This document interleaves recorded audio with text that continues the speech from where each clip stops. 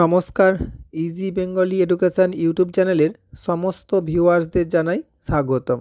আজ আমি বিদ্যাসাগর ইউনিভার্সিটির বিএ ফোর্থ সেমিস্টার ছাত্রছাত্রীদের যে বেঙ্গলির এসইসি পেপারটি পরীক্ষা দিতে হয় সেই পেপারটির সাজেশান তোমাদের সামনে তুলে ধরব, যেগুলি 2024-এর জন্য খুবই গুরুত্বপূর্ণ। এই এসইসি পেপারের দুটি মূল টপিক কিন্তু রয়েছে। একটি হচ্ছে অনুবাদ তত্ত্ব ও সৃজনশীল রচনা, আরেকটি টপিক হচ্ছে বাংলা ধ্বনিতত্ত্ব ও রূপতত্ত্ব। আজ আমি বাংলা ধ্বনিতত্ত্ব ও রূপতত্ত্ব থেকে যেই প্রশ্নগুলি খুব গুরুত্বপূর্ণ সেইগুলি তোমাদের সামনে তুলে ধরব। এই পেপারটির লিখিত পরীক্ষা হবে 40 নাম্বারের। চলো দেখে নেওয়া যাক এখান থেকে কোন কোন প্রশ্নগুলি তোমরা পড়বে। একেতেই রেখেছি বিভক্তি কাকে বলে, বিভক্তির শ্রেণীবিভাগ সহ আলোচনা করো। এই প্রশ্নটা কিন্তু খুব গুরুত্বপূর্ণ। 10এও আসতে পারে, 5এও আসতে পারে। এই প্রশ্নটাই অথবা হিসাবে বলতে পারে শব্দ বিভক্তি ও ধাতু বিভক্তি সম্পর্কে আলোচনা করো। যদি শব্দ বিভক্তি আসে সেটা ক্ষেত্রেও 5 আসতে পারে, বা ধাতু বিভক্তিও 5-এ আসতে পারে। আর নাহলে বিভক্তি কাকে বলে শ্রেণীবিভাগ সহ পুরো আলোচনা করো, 10এও আসতে পারে। 2-এতে রেখেছি উপসর্গ কাকে বলে, উপসর্গের শ্রেণীবিভাগ উল্লেখ করে যে কোনো একটি উপসর্গের পরিচয় দাও। অতএব তোমাদেরকে কিন্তু 3টি উপসর্গই পড়তে হবে: সংস্কৃত উপসর্গ, বাংলা উপসর্গ আর বিদেশি উপসর্গগুলো। যদি পার্টিকুলার ওরা বলে দেয় যে সংস্কৃত উপসর্গগুলি ব্যাখ্যা করো, তাহলে উপসর্গ কাকে বলে 3টে শ্রেণীবিভাগের নাম লিখে ব্যাখ্যা লিখবে।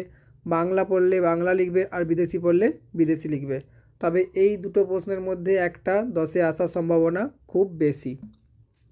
এরপর 3-এ রেখেছি ব্যঞ্জনধ্বনি কাকে বলে, ব্যঞ্জনধ্বনির বিজ্ঞানসম্মত শ্রেণীবিভাগ আলোচনা করো।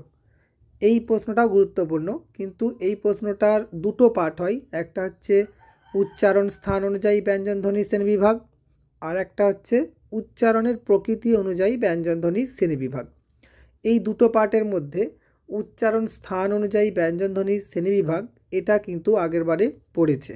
তাই উচ্চারণ প্রকৃতি অনুযায়ী ব্যঞ্জনধ্বনির শ্রেণীবিভাগ এটা কিন্তু খুব গুরুত্বপূর্ণ।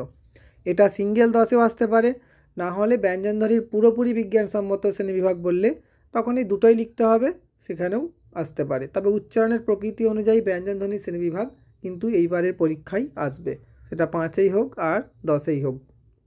4-এতে রেখেছি স্বরধ্বনি কাকে বলে, উচ্চারণ প্রকৃতি অনুযায়ী স্বরধ্বনির শ্রেণীবিভাগ উল্লেখ করো।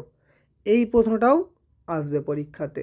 দেখে মনে হচ্ছে যে সবই যদি আসবে বলছি তাহলে কোনটা যাবে আর কোনটা থাকবে, কিন্তু কথা হচ্ছে এই প্রশ্নটাও খুব গুরুত্বপূর্ণ। এই প্রশ্নটাও পরীক্ষাতে দেখতে পাওয়া যাবে। 5-এর দাগে রেখেছি ধ্বনি পরিবর্তনের সূত্রগুলি আলোচনা করো। দেখো এই প্রশ্নটা পুরোটা যদি আসে 10 নম্বরে আসবে, আর দেখে মনে হবে নোটটা খুবই বড়। এই নোটটাকে কিন্তু ছোট করে যেগুলো খুব গুরুত্বপূর্ণ সেইগুলি লিখতে হবে যদি 10-এ আসে।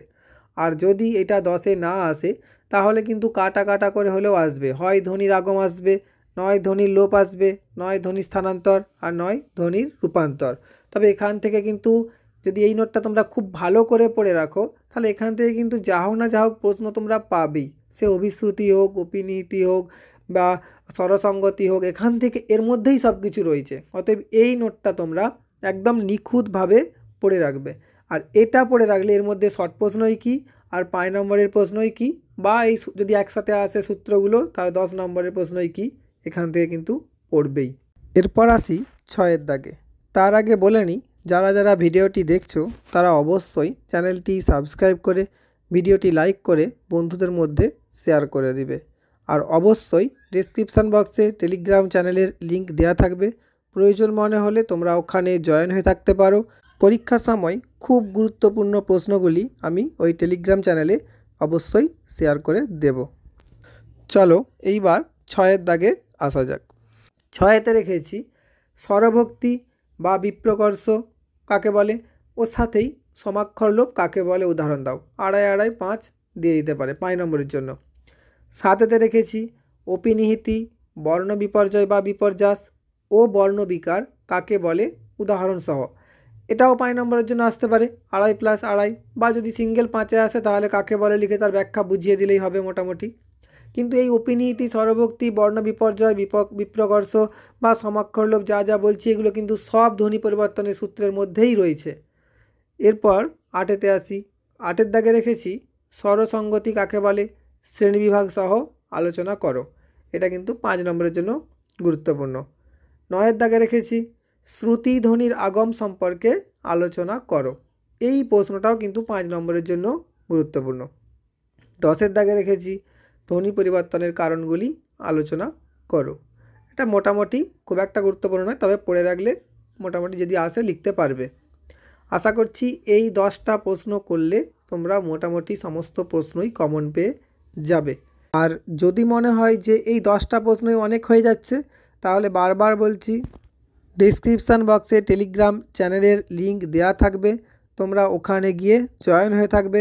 পরীক্ষার সময় আমি খুব গুরুত্বপূর্ণ প্রশ্নগুলি ওখানে শেয়ার করে দেব। এই ধরনের আরও অন্যান্য পেপারে সাজেশান বা নতুন কিছু আপডেট পাওয়ার জন্য তোমরা অবশ্যই চ্যানেলটি সাবস্ক্রাইব করে বেল আইকনটি ক্লিক করে রাখতে পারো, যাতে খুব তাড়াতাড়ি নোটিফিকেশান পেতে পারো। ধন্যবাদ।